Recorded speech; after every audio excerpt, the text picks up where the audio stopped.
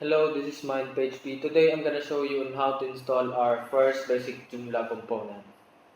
So as you can see, we have installation file here. Let's download it. And let's go to our Joomla administrator.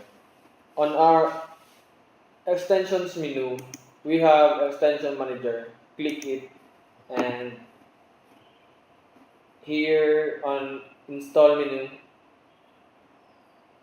click choose file and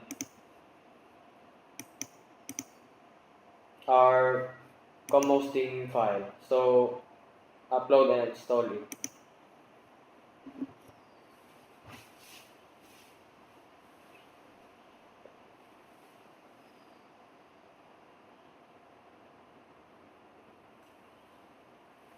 Installing component was successful. So let's go to our components.